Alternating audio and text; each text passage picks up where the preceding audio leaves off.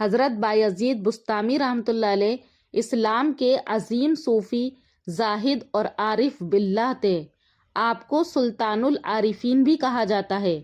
حضرت جنید بغدادی رحمۃ اللہ علیہ کا قول ہے کہ حضرت بایزید کو اولیاء میں وہی اعزاز اور مرتبہ حاصل ہے جو حضرت جبرائیل علیہ السلام کو فرشتوں میں حاصل ہے۔ آپ ان بزرگوں میں سے ہیں جنہوں نے تصوف میں محبت الہی اور فنا فی اللہ اور قرب الہی کا عملی نمونہ پیش کیا ہے۔ حضرت بایزید بسطامی رحمۃ اللہ علیہ کی ولادت تقریباً 188 ہجری میں ایران کے شہر بسطام میں ہوئی۔ اسی نسبت سے آپ کو بسطامی کہا جاتا ہے۔ آپ کا اصل نام تیفور بن عیسیٰ تھا۔ آپ کا خاندان نیک، دیندار اور تقوی والا تھا۔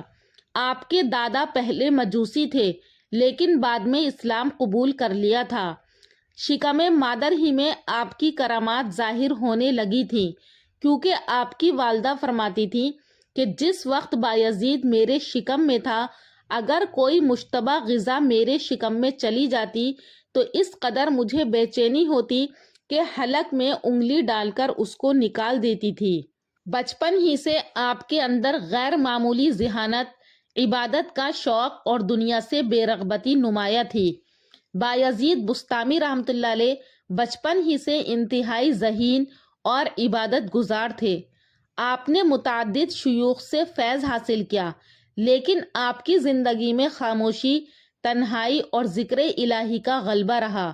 آپ فرماتے تھے کہ میں نے 30 سال تک اپنے نفس کے ساتھ مجاہدہ کیا اور سب سے زیادہ سخت کام اللہ کی طرف رجوع کرنا پایا۔ حضرت بایزید بسطامی رحمۃ اللہ علیہ کی ولایت کا ایک عظیم سبب ماں کی خدمت تھی۔ بایزید بسطامی رحمۃ اللہ علیہ کی روحانی بلندی میں ان کی والدہ کی خدمت کا بڑا دخل تھا۔ ایک مشہور واقعہ ہے کہ ایک رات آپ کی والدہ نے پانی مانگا۔ آپ پانی لے آئے مگر وہ سو چکی تھیں۔ آپ نے پانی کا پیالہ ہاتھ میں پکڑے ساری رات کھڑے رہ کر انتظار کیا۔ جب فجر کے وقت والدہ بیدار ہوئیں تو آپ نے پانی پیش کیا۔ اس پر والدہ نے دعا دی کہ اللہ تمہیں اپنا ولی بنائے۔ اہل تصوف کے نزدیک یہی وہ دعا تھی جس نے آپ کو ولایت کے بلند مقام تک پہنچایا۔ آپ کی عبادت کا یہ حال تھا کہ جب آپ نماز کے لیے کھڑے ہوتے تو آپ کے سینے سے ہڈیوں کے ٹوٹنے جیسی آواز آتی تھی جو اللہ کے رعب اور ہیبت کی وجہ سے ہوتی تھی۔ آپ انتہائی عاجز تھے اور خود کو دنیا کے تمام انسانوں حتیٰ کہ حیوانات سے بھی کمتر سمجھتے تھے۔ حضرت بایزید بسطامی رحمۃ اللہ علیہ نے اپنی پوری زندگی نفس کو توڑنے میں گزار دی۔ آپ کہتے تھے کہ میں نے اپنے نفس کو 40 سال بھوکا رکھا، تب جا کر وہ مطیع اور فرمانبردار ہوا۔ آپ دنیاوی آرام، شہرت اور تعریف سے دور رہتے تھے۔ اگر کوئی آپ کی تعریف کرتا تو آپ رونے لگتے کہ کہیں یہ تعریف میرے اور اللہ کے درمیان حجاب نہ بن جائے۔ شیخ المشائخ سید الاولیاء بایزید بسطامی رحمۃ اللہ علیہ ایک عجیب شخصیت گزری ہیں۔ یہ بایزید بسطامی کو اس مقام تک پہنچایا کس نے تھا؟ تو یہ ان کی بیوہ ماں نے پہنچایا تھا۔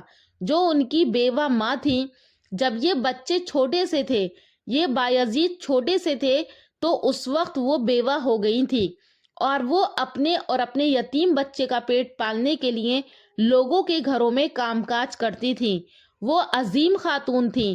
جب ان کا بچہ بڑا ہو گیا، گلیوں میں کھیلنے لگا تو ان کی ماں کو یہ ڈر لگا کہ کہیں بچہ بگڑ نہ جائے۔ الٹے سیدھے بچوں کے ساتھ کھیلنے، اٹھنے بیٹھنے کی وجہ سے ان کی ماں نے سوچا کہ میں کیا کروں؟ میری تمنا اور میرے مرحوم شوہر کی بھی یہی تمنا تھی کہ میرا بیٹا ولی کامل بنے، عالم ربانی بنے۔ چنانچہ لوگوں نے بتایا کہ فلاں ایک شخص ہیں، ایک بہت ہی صالح مربی ہیں، کوئی فلاں مسجد میں ایک مدرسہ چلاتے ہیں، وہاں کچھ بچے ان کے ساتھ رہتے ہیں۔ اب تک کا تجربہ ہے کہ جو بچہ وہاں رہا ہے بہت نیک بن گیا۔ وہ بیچاری بیوہ عورت اپنے یتیم بچے کو لے کر پتہ پوچھتے پوچھتے ان شیخ کے پاس پہنچی۔ سلام کیا، اپنا تعارف کرایا۔ حضرت میں غریب بیوہ عورت ہوں، یہ میرا یتیم بچہ ہے۔ میرے مرحوم شوہر کی بھی یہ تمنا تھی اور میری بھی یہ ہے کہ یہ اچھا عالم بن جائے۔ پوچھتے پوچھتے آپ کے پاس حاضر ہوئی ہوں، اس کو اپنے قدموں میں جگہ دے دیجئے، اس کو رکھ لیجئے، اس کو عالم اللہ والا بنا دیجئے۔ تو وہ شیخ بہت متاثر ہوئے، بہت اچھا، انہوں نے کہا کہ چھوڑ جاؤ، میں اپنی طرف سے پوری کوشش کروں گا۔ جاتے جاتے اس عورت نے عجیب قسم کی درخواست پیش کی۔ اس نے کہا کہ حضرت ایک گزارش اور ہے، پہلی بار یہ بچہ اپنی ماں کی گود سے نکل کر کہیں باہر آ کر رہے گا، اسے میری یاد بہت ستائے گی، جلدی جلدی یہ چھٹی مانگے گا۔ میری درخواست یہ ہے کہ آپ اسے چھٹی مت دیجیے گا، کیونکہ میرے پاس آئے گا اس کی توجہ ہٹ جائے گی۔ میرے پاس تو آپ اس کو تب بھیجیے گا جب یہ اللہ کا ولی بن جائے۔ انہیں بہت حیرت ہوئی کہ عجیب اللہ کی بندی ہے، بہت ان کو قدر آئی۔ انہوں نے کہا کہ بہن تم نے بہت بڑی بات کہی ہے، جاؤ دعا سے میری مدد کرنا، میں اپنی طرف سے پوری کوشش کروں گا۔ وہ چلی گئیں۔ وہ بچہ پڑھنے میں لگ گیا۔ کچھ مہینے گزرے، جب برداشت سے باہر ہو گیا تو اس بچے نے اپنے استاد سے درخواست کی کہ حضرت بہت دن ہو گئے، مجھے اپنی امی کی بہت یاد آ رہی ہے، مجھے ایک دن کی چھٹی دے دیں، ایک دن کی، میں وعدہ کرتا ہوں کہ کل واپس آ جاؤں گا۔ وہ استاد پریشان ہوئے، اگر وہ اجازت دیتے ہیں تو ماں سے کیا ہوا وعدہ ٹوٹتا ہے، اگر وہ منع کرتے ہیں تو یتیم معصوم بچے کا دل ٹوٹتا ہے، کرے تو کیا کریں۔ سوچنے لگے کہ اللہ کی طرف متوجہ ہو کر مانگتا ہوں، میں کیا جواب دوں اس بچے کی درخواست کا۔ اللہ تعالیٰ نے ان کے دل و دماغ میں خیال ڈالا۔ انہوں نے کہا کہ بیٹا ایک کام کرو، میں تم کو سبق دیتا ہوں، تم شام تک یاد کر کے مجھے پورا سنا دینا، اگر تم سنا دو گے تو میں تم کو چھٹی دے دوں گا۔ بچہ خوش ہو گیا، اس نے سبق لیا، وہ اندر گیا اور اس نے جا کر وہ اوراق پلٹے تو وہ سمجھ گیا کہ اتنا سبق تو شام تک یاد کرنا ناممکن ہے، استاد نے جان بوجھ کر اتنا سبق دیا تھا۔ اب وہ بہت پریشان ہوا، واپس جاؤں تو استاد کے پاس، ان سے کہوں جا کر کہ سبق کم کر دیجئے، آپ نے زیادہ دے دیا۔ پھر سوچا کہ یہ بے ادبی ہوگی، تو پھر اس نے ایک اور بات سوچی، یہ کہا کہ بچپن میں ماں بھی مجھ سے یہی کہتی تھی، بہت غور سے سننا، یہ بات بچپن سے مجھے ماں بھی کہتی تھی کہ اللہ سب کچھ کر سکتا ہے، اور استاد بھی روز یہی کہتے ہیں، آج میں اس کا تجربہ کرتا ہوں۔ کتاب الگ رکھی، 2 رکعت نماز پڑھی اور ننھے منھے ہاتھ اٹھا کر اللہ سے مانگنا شروع کیا کہ اللہ بچپن سے ماں یہی کہتی تھی، استاد بھی روز یہی کہتے ہیں، آپ سب کر سکتے ہیں، آج آپ اپنی قدرت مجھ یتیم بچے کی مدد کر کے دکھا دیجئے، یہ سبق شام تک یاد کروا دیجئے۔ اس کے بعد دعا کر کے یاد کرنے میں لگ گئے۔ شام تک وہ شام ہوئی تو استاد کے پاس آئے اور کہا کہ استاد جی سبق سن لیجئے۔ استاد کو یقین تھا کہ سبق تو پورا یاد ہو ہی نہیں سکتا۔ استاد نے کہا کہ سنو بیٹا، اب جو بچے نے سنایا، تو استاد حیران رہ گئے، نہ کہیں بھولا نہ کہیں اٹکا، پورا سبق سنا دیا۔ استاد سمجھ گئے کہ اس بچے کے ساتھ اللہ کا معاملہ ہے، اس کی ماں کی دعاؤں کے طفیل کچھ اور ہی بات ہے۔ استاد نے کہا کہ بہت اچھا بیٹا، جاؤ، وعدہ یاد رکھنا، کل آ جانا۔ بچہ چلا گیا، استاد کے ہاتھ چومے، دعا لی اور چلا گیا۔ راستے بھر اچھلتا ہوا، بہت ہی خوش و خرم ہو کر گھر گئے تو گھر کا دروازہ بند تھا۔ دروازے پہ آواز دی، ایک بار آواز دی، کوئی جواب نہیں آیا، دوبارہ پکارا، کوئی جواب نہیں آیا، تیسری بار پھر پکارا، دروازہ نہیں کھلا۔ اندر سے جواب آیا کہ کون ہے؟ دروازے پر تو باہر سے بچے نے کہا کہ امی میں آپ کا بایزید ہوں، دروازہ کھولیے۔ تو ماں نے کہا کہ کون بایزید؟ یہ والا میرا بایزید نہیں ہو سکتا، میرا بایزید تو تب آئے گا جب اللہ کا ولی بن جائے گا۔ استاد نے اس کے مجھ سے وعدہ کیا تھا اور استاد وعدہ خلافی نہیں کر سکتے، یہ میرا بایزید نہیں ہو سکتا۔ تو بچہ سمجھ گیا کہ ماں کی مرضی نہیں ہے کہ میں گھر کے اندر جاؤں، وہی کھڑے بہت دیر تک روتا رہا۔ اس کے بعد روتے روتے مدرسے واپس آ گیا، استاد کے پاس حاضر ہوا، سلام کیا تو استاد حیران رہ گئے کہ کیا ہوا بیٹا، خیریت تو ہے؟ تو جب بچے نے اپنی بات بتائی تو چہرہ اوپر اٹھایا۔ استاد نے دیکھا کہ آنکھیں بالکل آنسوؤں سے بھری ہوئی ہیں، چہرہ لال ہے۔ تو استاد جی جلدی سے اٹھے اور اٹھا کے گود میں لیا۔ اپنے امامے کے کونے سے بچے کے آنسو پہنچے۔ کہا بیٹا کیا بات، خیریت تو ہے، تم واپس کیوں آ گئے؟ بچے نے پوری بات بتائی اور یہ کہا کہ میں اس طرح گیا تھا، دروازہ بند تھا، ایسے پکارا تو جواب ملا کہ میرا بایزید نہیں ہو سکتا، وہ تب آئے گا جب اللہ کا ولی بن جائے گا۔ میں سمجھ گیا کہ میری ماں نہیں چاہتی اور میں واپس آ گیا۔ استاد نے پوچھا بیٹا ایک بات بتاؤ، تم اپنی ماں سے ناراض تو نہیں ہو کر آئے؟ اس نے کہا کہ حضرت دل ٹوٹا بہت ہے، آنکھیں بھی بہی بہت ہیں، لیکن میں ناراض نہیں ہوں۔ میں سمجھ گیا کہ وہ میرا بھلا چاہتی ہیں۔ اب استاد میں چاہے جتنی ضد کروں آپ مجھے چھٹی مت دیجیے گا۔ اتنی درخواست اور ہے کہ یہ دعا کر دیجیے کہ میری ماں کام کرتے کرتے بیمار رہنے لگی ہے، ذرا ان کی زندگی میں اتنی برکت ہو جائے کہ وہ مجھے کچھ بنا ہوا دیکھ لیں، ان کی تمنا پوری ہو جائے، ان کی آنکھیں ٹھنڈی ہو جائیں۔ استاد نے کہا کہ بیٹا میں روز یہ دعا مانگوں گا۔ ایک رات تہجد کے وقت تہجد کی نماز پڑھ کے وہ استاد ذرا آرام کرنے کے لیے لیٹے تو ان کو زیارت ہوئی رحمت دو عالم صلی اللہ علیہ وسلم کی، اور آپ نے شیخ سے اس رویائے صالحہ میں اس بابرکت سچے خواب میں یہ فرمایا کہ دیکھو وہ جو بایزید ہے نوجوان، تمہارے یہاں اس کی تربیت مکمل ہو گئی اور اس کو ولایت کبریٰ کا جھنڈا دے دیا گیا، اب تم اس کو جاؤ بشارت دو اور اس کو رخصت کرو جلدی سے۔ اٹھے، انہوں نے وضو کیا اور اندر گئے تو دیکھا کہ نوجوان تہجد کی نماز پڑھ رہا تھا۔ انتظار میں وہ پیچھے بیٹھ گئے۔ جب اس نے سلام پھیرا تو پکار کر کہا کہ بایزید ادھر آؤ۔ سینے سے لگایا، پیشانی کو چوما، اپنا امامہ اس کے سر پر رکھ دیا، کہا کہ تمہاری تربیت مکمل ہو گئی، تمہاری ماں کی دعائیں اور قربانی قبول ہو گئی، اب جاؤ، اب تم کو یہاں نہیں رہنا، اس کی ضرورت نہیں ہے۔ نوجوان نے پھر ایک بار اپنے استاد کی دعائیں لیں، ان کے بوسے لیے، دعاؤں کی درخواست کی اور رخصت ہو گئے۔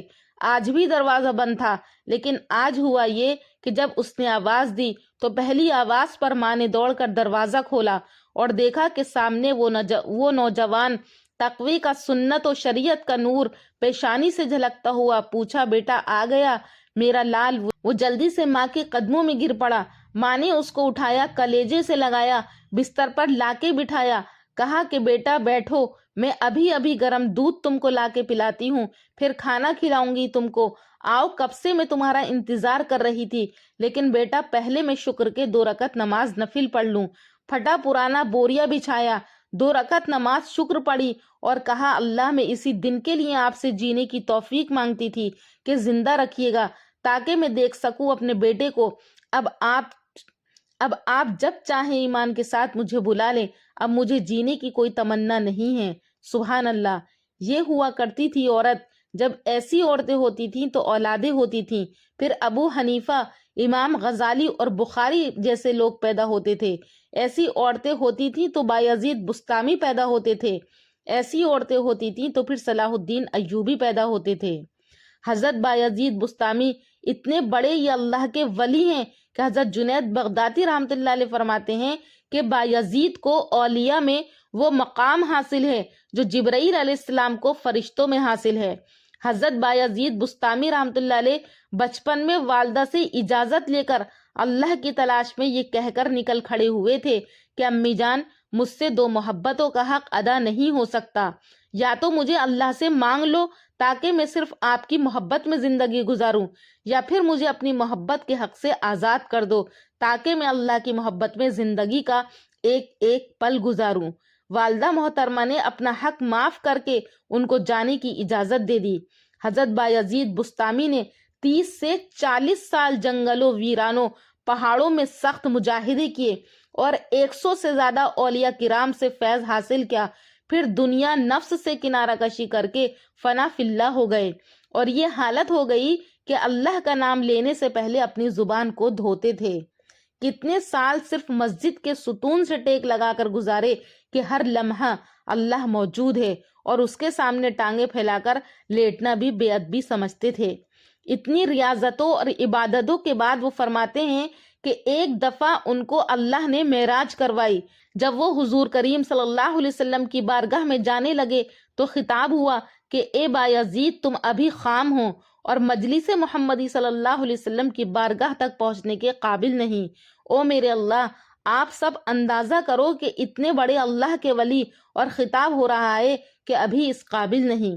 دوسری جگہ بایزید رحمۃ اللہ علیہ فرماتے ہیں کہ میں نے نور کے بے شمار حجابات کراس کر لیے، تب میرے سامنے ایک نور کا سمندر آیا۔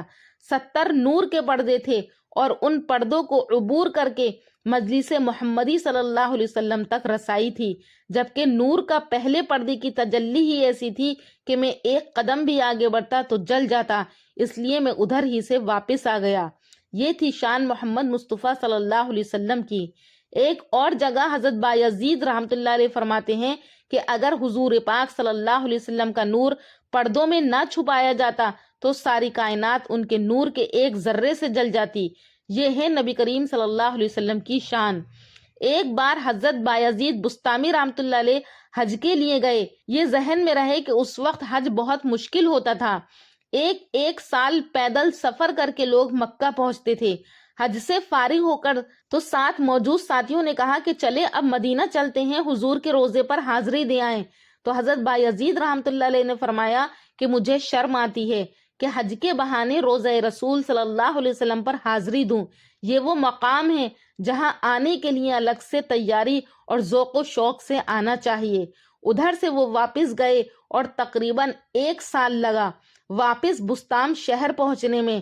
پھر ادھر پہنچ کر دوبارہ مدینے کے لیے سفر کے لیے نکلے اور روزہ رسول صلی اللہ علیہ وسلم پر حاضری دی۔ جیسے ہی گنبد خضرا پر نظر پڑی تو بے ہوش ہو گئے۔ کچھ سمجھ آیا کہ یہ تھا ان کا باطن، اور ان کے دل میں نور کے رسول کریم صلی اللہ علیہ وسلم کی عظمت کا نظارہ بھی نہ کر سکے۔ اور ہم لوگ سیلفیاں بناتے ہیں روزہ کریم صلی اللہ علیہ وسلم کی۔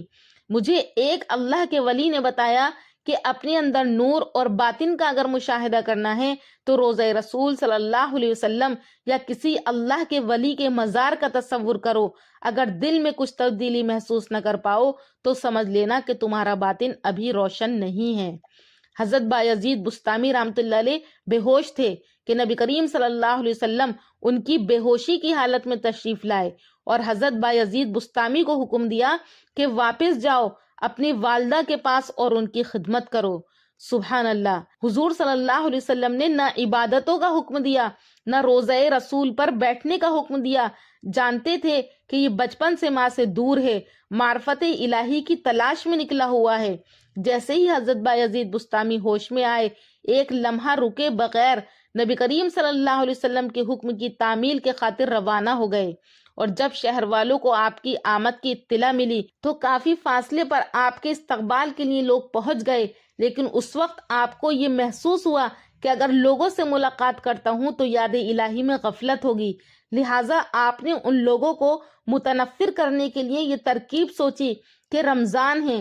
رمضان کے باوجود انہوں نے دکان سے لے کر کھانا خرید کر کھانا شروع کر دیا۔ یہ دیکھ کر ان کے جتنے بھی عقیدت مند لوگ تھے اور آپ کے استقبال کے لیے آئے تھے وہ سب کے سب واپس ہو گئے۔ آپ نے فرمایا میں نے اجازت شرعی پر عمل کیا ہے، لیکن لوگ مجھے برا سمجھ کر یہاں سے چلے گئے۔ اور جب سفر سے واپسی میں مکان کے دروازے پر پہنچے اور دروازے سے کان لگا کر سنا تو والدہ وضو کرتے ہوئے یہ کہہ رہی تھی کہ یا اللہ میرے مسافر کو راحت سے رکھنا اور بزرگوں سے اس کو خوش رکھ کر اچھا بدلہ دینا۔ یہ سن کر پہلے تو آپ روتے رہے، پھر دروازے پر دستک دی تو والدہ نے پوچھا کہ کون ہے؟ عرض کیا کہ آپ کا مسافر۔ چنانچہ ان کی والدہ نے دروازہ کھول کر ملاقات کرتے ہوئے فرمایا کہ تم نے اس قدر طویل سفر اختیار کیا کہ روتے روتے میری بصارت ختم ہو گئی اور غم سے کمر جھک گئی۔ آپ نے فرمایا کہ جس کام کو میں نے بات کے لیے نہیں چھوڑا تھا وہ پہلے ہی ہو گیا، اور وہ میری والدہ کی خوشنودی تھی۔ اسی طرح آپ فرمایا کرتے کہ میں نے 12 سال تک اپنے نفس کو ریاضت کی بھٹی میں ڈال کر مجاہدی کی آگ سے تپایا اور ملامت کے ہتھوڑے سے اس کو کوٹتا رہا، جس کے بعد میرا دل آئینہ بن گیا۔ پھر 5 سال مختلف قسم کی عبادت سے میں نے اس پر کلی چڑھائی۔ پھر 1 سال تک جب میں نے خود اعتمادی کی نظر سے اس کا مشاہدہ کیا، اس میں تکبر اور خود پسندی کا مادہ موجود پایا چنانچہ پھر مسلسل 5 سال تک کوشش کے بعد میں نے اپنے نفس کو مسلمان بنایا، اور جب اس میں خلائق کا نظارہ کیا تو سب کو مردہ دیکھا، اور نماز جنازہ پڑھ کر ان سے اس طرح کنارہ کش ہو گیا جس طرح لوگ نماز جنازہ پڑھ کر قیامت تک کے لیے مردے سے جدا ہو جاتے ہیں۔ پھر اس کے بعد مجھے واصل اللہ کا مرتبہ حاصل ہو گیا۔ آپ اتنے بڑے بزرگ تھے، لیکن آپ کے بارے میں بتایا جاتا ہے کہ جب آپ مسجد میں داخل ہوتے تو دروازے پر کھڑے ہو کر بہت روتے، گریہ وزاری کرتے۔ جب آپ سے پوچھا گیا کہ آپ اتنا کیوں روتے ہیں، آپ تو اللہ کے بزرگ ہیں، تو فرمایا کہ میں اپنے آپ کو حائضہ عورت کی طرح نجس تصور کرتے ہوئے روتا ہوں کہ کہیں میرے داخلے سے مسجد نجس نہ ہو جائے۔ ایک رات آپ اپنے عبادت خانے کی چھت پر پہنچے اور دیوار پکڑ کر پوری رات خاموش کھڑے رہے، جس کی وجہ سے آپ کو پیشاب میں خون آ گیا۔ جب لوگوں نے وجہ پوچھی تو فرمایا کہ اس کی 2 وجہ ہیں۔ پہلی یہ کہ آج میں خدا کی عبادت نہیں کر سکا، دوسری یہ کہ ایام طفولیت میں مجھ سے ایک گناہ سرزد ہو گیا تھا، یعنی بچپن میں۔ چنانچہ ان دونوں چیزوں سے ایسا خوف زدہ تھا کہ میرا دل خون ہو گیا، اور وہ خون پیشاب کے راستے سے نکلا۔ اور جب آپ عبادت کرتے تو عبادت کے وقت میں آپ کو یہ خوف لگا رہتا تھا کہ کہیں کسی کی آواز سے میری عبادت میں خلل واقع نہ ہو جائے، اس لیے آپ اپنے مکان کے تمام سوراخ بند کر دیتے تھے۔ ایک مرتبہ کا واقعہ ہے کہ حضرت بایزید بسطامی رحمۃ اللہ علیہ اپنے کچھ ارادت مندوں کے ہمراہ ایک تنگ گلی سے گزر رہے تھے کہ سامنے سے ایک کتا آ گیا۔ چنانچہ آپ نے اور مریدین نے راستہ چھوڑ دیا اور وہ کتا نکل گیا۔ اسی وقت کسی مرید نے پوچھا کہ جب خدا نے انسان کو اشرف المخلوقات بنایا تو پھر آپ نے کتے کے لیے راستہ کیوں چھوڑ دیا؟ اس سے تو ایسا محسوس ہوتا ہے کہ کتے کو ہم پر برتری حاصل ہے، اور یہ بات خلاف عقل بھی ہے اور خلاف شرع بھی۔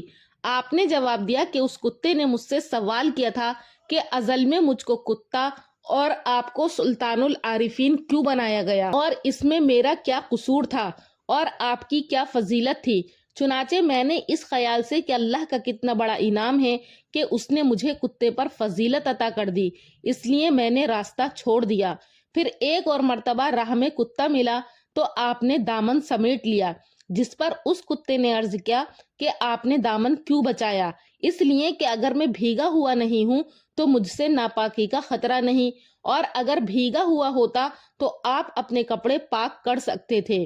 لیکن یہ تکبر جس کا آپ نے مظاہرہ فرمایا، یہ تو 7 سمندروں کے پانی سے بھی پاک نہیں ہو سکتا۔ آپ نے فرمایا کہ تو سچ کہتا ہے، اس لیے کہ تیرا تو ظاہر نجس ہے اور میرا باطن، لہٰذا ہم دونوں کو ایک ساتھ رہنا چاہیے تاکہ کچھ پاکیزگی میرے باطن کو بھی حاصل ہو جائے۔ لیکن کتے نے کہا کہ ہم دونوں کا ساتھ رہنا ممکن نہیں، کیونکہ میں مردود ہوں اور آپ مقبول بارگاہ ہیں۔ دوسرے یہ کہ میں دوسرے دن کے لیے ایک ہڈی بھی جمع نہیں کرتا اور آپ سال بھر کا غلہ جمع کر لیتے ہیں۔ آپ نے فرمایا کہ جب میں کتے کے ہمراہ رہنے کے قابل بھی نہیں تو پھر خدا کا قرب کیسے حاصل ہو سکتا ہے؟ اور پاک ہے وہ اللہ جو بدترین مخلوق کی باتوں سے بہترین مخلوق کو درس عبرت دیتا ہے۔ ایک مرتبہ آپ حضرت امام جعفر صادق کی خدمت میں تھے تو انہوں نے فرمایا کہ اے بایزید، فلاں طاق میں جو کتاب رکھی ہے وہ اٹھا لاؤ۔ آپ نے دریافت کیا کہ وہ طاق کس جگہ ہے؟ امام جعفر نے فرمایا کہ اتنے دنوں رہنے کے بعد بھی تمہیں طاق نہیں معلوم؟ تو بایزید بسطامی نے عرض کیا کہ طاق تو کیا، میں نے تو آپ کے روبرو کبھی سر بھی نہیں اٹھایا۔ اس وقت امام جعفر نے فرمایا کہ اب تم مکمل ہو چکے ہو، لہٰذا بسطام واپس چلے جاؤ۔ اسی طرح ایک جگہ آپ کسی بزرگ سے نیاز حاصل کرنے پہنچے تو جس وقت آپ ان کے نزدیک ہو گئے تو دیکھا کہ انہوں نے قبلے کی جانب تھوک دیا۔ یہ دیکھ کر آپ ملاقات کیے بغیر واپس ہو گئے اور فرمایا کہ اگر وہ بزرگ ادب کے طریقے کو جانتا تو شریعت کے منافی کام نہ کرتا، اور آپ کے ادب کا یہ عالم تھا کہ مسجد جاتے وقت راستے میں بھی نہیں تھوکتے تھے۔ ایک مرتبہ کا واقعہ ہے کہ ایک مرتبہ حالت وجد میں آپ نے یہ کہہ دیا کہ میں پاک ہوں اور میری شان بہت بڑی ہے۔ جب آپ کا وجد ختم ہوا، وجد یعنی آپ کی کچھ اللہ والی حالت ہو جاتی تھی، تو جب یہ حالت ختم ہوئی تو آپ کے ارادت مندوں نے سوال کیا کہ یہ جملہ آپ نے کیوں کہا؟ کہ میں پاک ہوں، میری شان بہت بڑی ہے۔ تو یہ سن کر بایزید بسطامی نے فرمایا کہ مجھے تو علم نہیں کہ میں نے ایسا کوئی جملہ کہا ہے، لیکن آئندہ اس قسم کا کوئی جملہ میری زبان سے نکل جائے تو مجھے قتل کر ڈالنا۔ اس کے بعد جب دوبارہ آپ کی حالت وجد ہوئی تو آپ نے پھر یہی جملہ کہا، جس پر آپ کے جو مریدین تھے وہ سب آپ کو قتل کرنے پر آمادہ ہو گئے، لیکن پورے مکان میں انہیں ہر طرف بایزید ہی بایزید نظر آئے۔ جب انہوں نے چھریاں چلانی شروع کی تو ایسا محسوس ہوتا تھا جیسے پانی پر چھریاں چل رہی ہیں، اور آپ کے اوپر اس کا قطعاً کوئی اثر نہیں ہوا۔ پھر جب کچھ وقفے کے بعد یہ صورت رفتہ رفتہ ختم ہوتی چلی گئی تو دیکھا کہ آپ محراب میں کھڑے ہیں۔ جب مریدین نے واقعہ بیان کیا تو فرمایا کہ اصل بایزید تو میں ہوں، اور جن کو تم نے دیکھا وہ بایزید نہیں تھے۔ ایک مرتبہ آپ نے ایک لال رنگ کا سیب ہاتھ میں لے کر فرمایا کہ یہ تو بہت ہی لطیف ہے۔ چنانچہ اسی وقت غیب سے فوراً آواز آئی کہ اے بایزید، ہمارا نام سیب کے لیے استعمال کرتے ہوئے تمہیں حیا نہیں آئی؟ اور اس جرم میں اللہ تبارک و تعالیٰ نے 40 دن کے لیے اپنی یاد ان کے دل سے نکال دی، لیکن اس کے بعد آپ نے قسم کھا لی کہ آپ کبھی بھی بستام کا کوئی پھل نہیں کھائیں گے۔ اور آج ہم اللہ تعالیٰ کے نام ایسے ہی استعمال کر لیتے ہیں، ہماری صحت پر ذرا سا فرق نہیں پڑتا۔ ہم حلیم کہتے ہیں کہ حلیم کتنا لذیذ ہے، جبکہ ہمیں حلیم نہیں دلیم کہنا چاہیے۔ اسی طرح لوگ اللہ تبارک و تعالیٰ کے نام رکھتے ہیں، جیسے عبد القادر، عبد القدوس، عبد الرحیم، تو ہمیں پورا نام لینا چاہیے، خالی اللہ کا نام لے کر نہیں پکارنا چاہیے، کیونکہ وہ اللہ کی ذات کے ساتھ خاص ہے۔ ایک مرتبہ آپ کو یہ تصور ہو گیا کہ میں بہت بڑا بزرگ اور شیخ وقت ہو گیا ہوں، لیکن اسی کے ساتھ فوراً آپ کو خیال آ گیا کہ میرا یہ جملہ فخر اور تکبر کا ہے۔ چنانچہ فوراً خراسان کا رخ کیا اور ایک منزل پر پہنچ کر دعا کی کہ اللہ جب تک ایسے کامل بندے کو نہیں بھیجے گا جو مجھ کو میری حقیقت سے روشناس کرا سکے، اس وقت تک میں یہی پڑا رہوں گا۔ اور جب 3 شب و روز اسی طرح گزر گئے تو چوتھے دن ایک شخص اونٹ پر آیا جس کو آپ نے ٹھہرنے کا اشارہ کیا، لیکن اس اشارے کے ساتھ اونٹ کے پاؤں زمین میں دھستے چلے گئے، اور جو اس پر سوار تھا اس نے کہا کہ کیا تم یہ چاہتے ہو کہ میں اپنی کھلی ہوئی آنکھ کو بند کر لوں اور بند آنکھ کھول دوں اور بایزید سمیت پورے بستام کو غرق کر دوں؟ یہ سن کر آپ کے ہوش اڑ گئے اور اس سے پوچھا کہ تم کون ہو اور کہاں سے آئے ہو؟ اس شخص نے جواب دیا کہ جس وقت تم نے اللہ تعالیٰ سے یہ عہد کیا تھا اس وقت میں یہاں سے 3000 میل دور تھا، اور اس وقت میں سیدھا وہی سے چلا آ رہا ہوں، لہٰذا تمہیں خبردار کرتا ہوں کہ اپنے قلب کی نگرانی کرتے رہو۔ یہ کہہ کر وہ شخص کیا ہے غائب ہو گیا۔ حضرت ابو موسیٰ نے جب آپ سے سوال کیا کہ خدا کی جستجو میں سب سے زیادہ دشوار مقام آپ کو کیا نظر آیا، فرمایا کہ خدا کی عیانت کے بغیر دل کو اس کی طرف متوجہ کرنا ہے، بہت دشوار ہے، اور جب اللہ کی مدد شامل ہو جاتی ہے تو پھر کوشش کے بغیر دل اللہ کی طرف کیا ہے متوجہ ہو جاتا ہے۔ ایک مرتبہ حضرت احمد آپ کے مکان میں تشریف لائے تو انہوں نے پوچھا کہ میں نے آپ کے مکان کے سامنے ابلیس کو پھانسی پر لٹکے ہوئے دیکھا ہے، تو یہ کیسا معاملہ ہے؟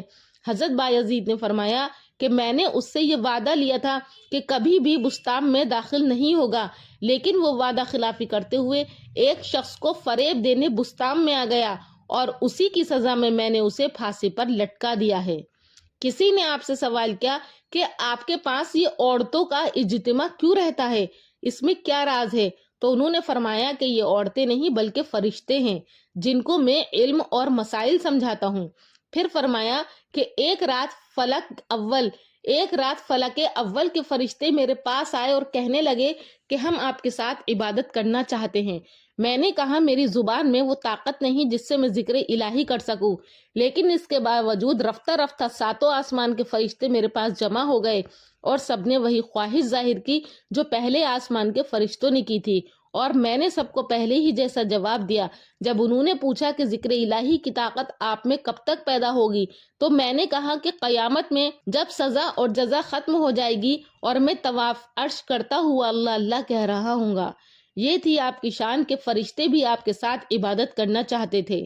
بیان کیا جاتا ہے کہ ایک یہودی جو آپ کا پڑوسی تھا وہ کہیں سفر میں چلا گیا اور فاقے کی وجہ سے اس کی بیوی اتنی پریشان تھی کہ وہ اپنے گھر میں چراغ تک روشن نہیں کر سکتی تھی، اور اندھیری کی وجہ سے اس کا بچہ پوری رات روتا رہتا تھا، یعنی ان کے پاس اتنی غریبی آ چکی تھی۔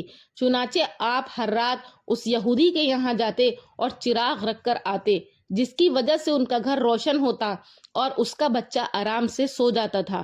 جس وقت وہ یہودی سفر سے واپس ہوا تو اس کی بیوی نے پورا واقعہ سنایا، جس کو سن کر اس نے کہا کہ کس قدر افسوس کی بات ہے کہ اتنا عظیم بزرگ ہمارا پڑوسی ہے اور ہم گمراہی میں زندگی گزار رہے ہیں۔ چنانچہ اس نے پورے محلے والوں کو بلایا اور بلا کر کے کہا کہ آج تک میں نے ان شخص کے ساتھ دشمنی میں جو بھی کہا، ان کے بارے میں جو بھی برا بھلا کہا، وہ سب جھوٹ تھا۔ پھر وہ دونوں میاں بیوی آپ کے ہاتھ پر مشرف باسلام ہوئے۔ ایک مرتبہ لوگوں نے قحط سے عاجز ہو کر آپ سے دعا کی درخواست کی تو آپ نے مراقبے میں سے سر اٹھا کر فرمایا کہ جاؤ، جا کر اپنے پرنالوں کو درست کر لو، بارش ہونے والی ہے۔ چنانچہ کچھ ہی دیر میں بارش ہو گئی اور ایک دن اور ایک رات مسلسل پانی برستا رہا۔ ایک مرتبہ لوگوں نے آپ سے سوال کیا کہ آپ کا مرشد کون ہے؟ فرمایا کہ ایک بوڑھی عورت ہے، اس لیے کہ میں ایک مرتبہ جنگل میں تھا، ایک بوڑھیا سر پر آٹا رکھے ہوئے ملی اور مجھ سے کہنے لگی کہ یہ آٹا میرے مکان تک پہنچا دو۔ اسی دوران مجھے ایک شیر نظر آ گیا اور میں نے آٹا اس کی کمر پر رکھ کر بڑھیا سے کہا کہ جاؤ، یہ تمہارے گھر پہنچا دے گا، لیکن تم یہ بتاتی جاؤ کہ شہر میں جا کر لوگوں سے کیا کہو گی؟ تو بڑھیا نے کہا کہ میں یہی کہوں گی کہ آج جنگل میں میری ملاقات ایک خودنما ظالم سے ہو گئی۔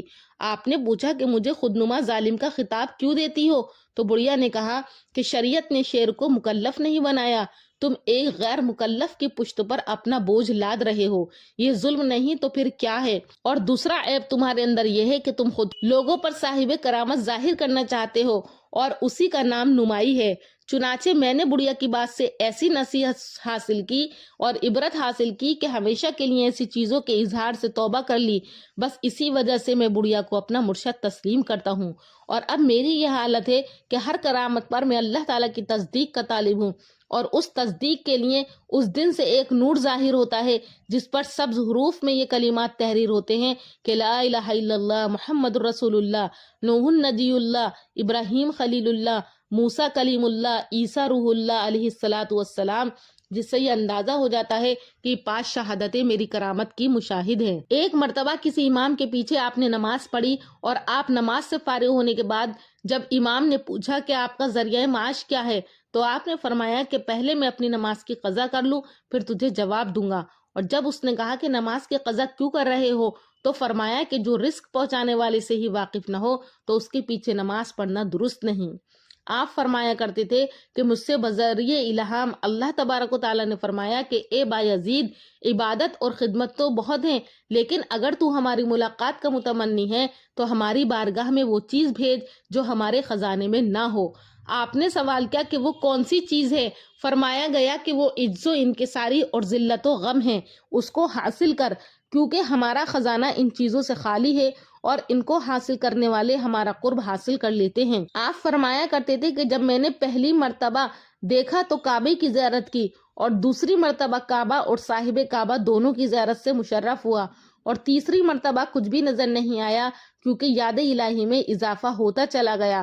اور اس کا اندازہ اس واقعے سے بھی لگایا جا سکتا ہے کہ کسی نے دروازے پر آواز دی تو آپ نے پوچھا کس کی تلاش ہے؟ جواب ملا کہ بایزید کی۔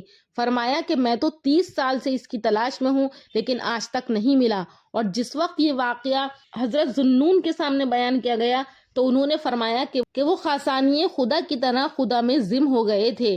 جب لوگوں نے آپ کے مجاہدے کے متعلق سوال کیا تو فرمایا کہ اگر میں اعلیٰ مجاہدے کا ذکر کروں تو تمہاری سمجھ میں نہیں آئے گا، لیکن میرا معمولی مجاہدہ یہ ہے کہ ایک دن میں نے اپنے نفس کو عبادت کے لیے تیار کرنا چاہا تو نفس راضی نہیں ہوا، منحرف ہونے لگا، تو میں نے بھی اس سزا میں پورے 1 سال تک اس کو پانی سے محروم رکھا اور کہا یا تو عبادت کے لیے تیار ہو جا ورنہ تجھے میں اسی طرح پیاس سے تڑپاتا رہوں گا۔ آپ اس قدر مجاہدہ کرتے تھے، آپ اپنی عبادت میں ڈوبے ہوئے رہتے تھے۔ ایک ارادت مند جو 30 سال سے آپ کا خادم بنا ہوا تھا وہ جب بھی سامنے آتا آپ پوچھتے کہ تیرا نام کیا ہے؟ ایک مرتبہ اس نے عرض کیا کہ حضرت آپ میرے ساتھ مذاق کیوں کرتے ہیں؟ جب بھی سامنے آتا ہوں آپ نام پوچھتے ہیں۔ فرمایا کہ میں مذاق نہیں کرتا، بلکہ میرے قلب اور روح میں اس طرح اللہ کا نام جاری اور ساری ہے کہ اس کے نام کے سوا مجھے کسی کا نام یاد ہی نہیں رہتا۔ جب لوگوں نے آپ سے پوچھا کہ یہ اعلیٰ مراتب آپ کو کیسے حاصل ہوئے تو فرمایا کہ ایک مرتبہ بچپن میں چاندنی رات تھی اور میں شہر سے باہر نکل گیا۔ وہاں مجھے ایک ایسا دربار نظر آیا کہ جس کے مقابلے میں ساری دنیا ہی معلوم ہونے لگی، ساری دنیا بیکار معلوم ہونے لگی۔ اس وقت میں نے خدا سے عرض کیا کہ ایسا بے نظیر دربار دنیا کی نگاہوں سے کیوں پوشیدہ ہے؟ تو ندا آئی کہ دربار میں وہی آ سکتے ہیں جو اس کے قابل ہیں، کیونکہ یہاں نااہل لوگوں کی رسائی ممکن نہیں۔ اس وقت مجھے یہ خیال آیا کہ میں تمام عالم کی شفاعت طلب کروں تاکہ وہ بھی اس دربار کے قابل بن جائے، لیکن اس خیال سے خاموش ہو گیا کہ شفاعت تو حضور اکرم صلی اللہ علیہ وسلم ہی کے لیے مخصوص ہے۔ پھر ندا آئی کہ تو نے ہمارے حبیب کا پاس ادب کیا، تو نے ہمارے حبیب کا خیال کیا، اس کے بدلے ہم تجھ کو وہ مرتبہ عطا کرتے ہیں تاکہ تا حشر تیرا نام سلطان العارفین تمام مخلوق کی زبان پر رہے۔ اور جس وقت یہ واقعہ حضرت ابو نضر کشیری کے سامنے بیان کیا گیا تو فرمایا در حقیقت وہ ایسے ہی ممتاز زمانہ ہیں اور جتنے مراتب ان کو عطا ہوئے وہ سب ان کی بلند ہمتی کی وجہ سے ہوئے تھے۔ آپ عشاء کی 4 رکعت پڑھ کر سلام پھیرتے ہوئے فرماتے تھے کہ نماز قابل قبول نہیں، یہ کہہ کر پھر 4 رکعت نماز ادا کرتے اور پھر یہی فرماتے یہ بھی قبول نہیں ہوئی، حتیٰ کہ اس طرح رات ختم ہو جاتی اور صبح کو اللہ تعالیٰ سے عرض کرتے کہ میں نے تیری بارگاہ کے لائق نماز ہی ادا نہیں کی، کوشش تو بہت کی لیکن میں محروم رہا، جیسا میں تم ویسے ہی میری نماز ہے، لہٰذا تو مجھے اپنے بے نمازی بندوں میں شمار کر لے۔ یعنی اتنے اللہ کے ولی ہوتے ہوئے بھی ان کی ایسی حالت تھی کہ ہر وقت اللہ اللہ کیا کرتے تھے۔ کیسے اللہ کے بزرگ اور اللہ کے ولی تھے کہ اتنا اللہ کی رحمت میں ڈوبنے کے باوجود، ہر وقت اس کی عبادت کرنے کے باوجود بھی اپنے آپ کو خود کچھ بھی نہیں سمجھتے تھے۔ ان کے اس جد و جہد کے باوجود اللہ تبارک و تعالیٰ نے ان کو ایسی شان عطا فرمائی کہ وہ اپنے آپ میں خدا کو ہی دیکھتے تھے۔ حضرت احمد خضرویہ فرماتے ہیں کہ ایک مرتبہ خواب میں مجھے جمال خداوند مشرف ہوا تو اللہ تعالیٰ نے فرمایا کہ تم سب تو ہم سے اپنی ضروریات کی چیزیں طلب کرتے ہو لیکن بایزید ہم سے ہم ہی کو مانگتا ہے۔ تو ان پر ایسی حالت طاری ہوتی تھی جسے حالت وجد کہتے ہیں، تو وہ اس میں یہ کہہ بیٹھتے تھے کہ میری شان اونچی ہے، میں سب سے بلند ہوں، میں پاک ہوں۔ تو یہ الفاظ ان کے غیبی الفاظ ہوتے تھے، یہ جملے غرور یا دعویٰ نہیں تھے بلکہ فنا فی اللہ کی کیفیت کا اظہار کرتے تھے، جہاں بندہ اپنی ہستی کو مٹا کر صرف اللہ کو دیکھتا ہے۔ ایک مرتبہ کسی نے پوچھا اللہ تک پہنچنے کا راستہ کیا ہے؟ فرمایا کہ اپنے آپ کو چھوڑ دو۔ ایک اور واقعہ ہے کہ کسی نے کہا آپ اللہ کو کہاں پاتے ہیں؟ تو فرمایا جب میں خود کو نہیں پاتا تب اللہ کو پاتا ہوں۔ اتنے بلند مقام کے باوجود حضرت بایزید بسطامی رحمۃ اللہ علیہ بے حد عاجز تھے۔ فرمایا کرتے تھے کہ اگر قیامت کے دن میرا ایک عمل بھی قبول ہو گیا تو یہی میرے لیے کافی ہے۔ حضرت بایزید بسطامی رحمۃ اللہ علیہ کا وصال تقریباً 261 ہجری میں ہوا۔ آپ کا مزار آج بھی بسطام ایران میں موجود ہے، جہاں لوگ روحانی فیض حاصل کرنے کے لیے حاضری دیتے ہیں۔ حضرت بایزید بسطامی رحمۃ اللہ علیہ کی زندگی ہمیں یہ سکھاتی ہے کہ ماں باپ کی خدمت ولایت کا راستہ ہے، نفس کو مارنا سب سے بڑا جہاد ہے، اللہ تک پہنچنے کے لیے خودی کو مٹانا ضروری ہے، عبادت کے ساتھ عاجزی اور اخلاص لازم ہے۔ حضرت بایزید بسطامی رحمۃ اللہ علیہ کی پوری زندگی ہمیں یہ سبق دیتی ہے کہ اللہ کو پانے کے لیے نہ دولت کی ضرورت ہے نہ شہرت کی، بلکہ ایک صاف دل، عاجز نفس اور سچی نیت درکار ہے۔ انہوں نے ہمیں سکھایا کہ جو اپنے نفس کو پہچان لے وہ اپنے رب کو پہچان لیتا ہے، اور جو خود کو مٹا دے وہ اللہ کی رضا پا لیتا ہے۔ آج کے اس شور و ہنگامے والے دور میں حضرت بایزید بسطامی رحمۃ اللہ علیہ کی زندگی ہمیں خاموشی، صبر، ذکر اور ماں باپ کی خدمت کی طرف بلاتی ہے۔ اگر ہم بھی اپنی زندگی میں تھوڑی سی عاجزی، تھوڑی سی خود احتسابی اور تھوڑا سا اللہ سے سچا تعلق قائم کر لیں تو یقیناً ہماری زندگی بھی سنور سکتی ہے۔ اللہ تعالی ہمیں اولیاء کرام کے نقش قدم پر چلنے کی توفیق عطا فرمائے اور نفس کی غلامی سے نکلنے کی اور اپنی رضا کے راستے پر چلنے کی توفیق عطا فرمائے۔ آج ہمیں اور ہمارے معاشرے کو بھی ایسے ہی بزرگان دین کی ضرورت ہے، ایسے ہی اولیاء کی ضرورت ہے۔ اللہ تعالیٰ ساری ماؤں کو بایزید بستامی رحمۃ اللہ علیہ کی ماں کی طرح بنائے کہ کس طرح سے انہوں نے اپنے کلیجے پر پتھر رکھ کر اپنی اکلوتی اولاد کو اپنے سے جدا کر کے ایک اللہ کا ولی بننے کے لیے اللہ کے راستے میں بھیجا۔ ہمیں ان واقعات سے سبق حاصل کرنا چاہیے۔ یہ واقعات ہمیں اپنے بچوں کو سنانا چاہیے، اپنے گھروں میں سنانا چاہیے کہ کس طرح سے اللہ کے بزرگ گزرے ہیں، کس طرح سے ان کی زندگی کے واقعات ہیں۔ حضرت بایزید بستامی رحمۃ اللہ علیہ کے اور بہت سے واقعات ہیں جن کو ایک ہی ویڈیو میں بیان کرنا ناممکن ہے۔ یہ واقعات اپنے بچوں کو سنا کر ان کا ایمان بنائیں کہ کس طرح سے اللہ سے لو لگا کر ہم اللہ کے بن سکتے ہیں اور اللہ کو اپنا بنا سکتے ہیں۔ اللہ تبارک و تعالیٰ سے دعا ہے کہ اللہ تعالیٰ اولیاء کرام کے درجات کو بلند فرمائے، ان کی زندگی اور ان کے طریقوں پر چل کر ہم بھی اپنی زندگی کو اللہ کے راستے میں لگانے والے بن جائیں۔ ناظرین، امید کرتی ہوں کہ آپ کو یہ واقعات پسند آئے ہوں گے اور سن کر آپ کا ایمان تازہ ہو گیا ہوگا۔ ہمیں بھی یہی یقین رکھنا ہے کہ جو ہوتا ہے وہ اللہ کے حکم سے ہوتا ہے، جو کرتا ہے وہ اللہ کرتا ہے۔ اس یقین کو ہمیں اپنے دل کے اندر پیدا کرنا ہے۔ اگر آپ کو یہ واقعہ پسند آئے تو کامنٹ سیکشن میں اپنی رائے کا اظہار کریں۔ انشاءاللہ کچھ اور واقعات جو رہ گئے ہیں وہ اگلی ویڈیو میں لے کر حاضر ہوں گے۔